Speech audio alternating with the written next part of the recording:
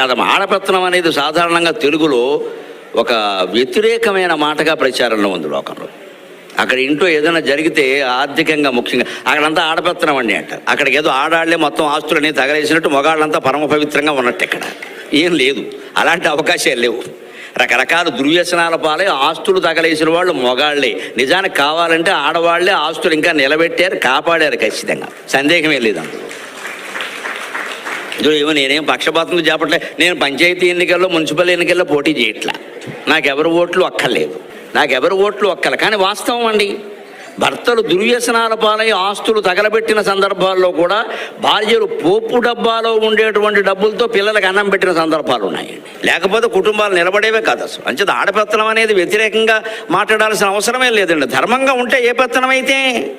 పైగా మనుస్మృతి అని ఇందాక ప్రసక్తి వచ్చిందిగా, మనుస్మృతి గురించి ఏమిటో వ్యతిరేకంగా మాట్లాడతారు. మనుస్మృతిలో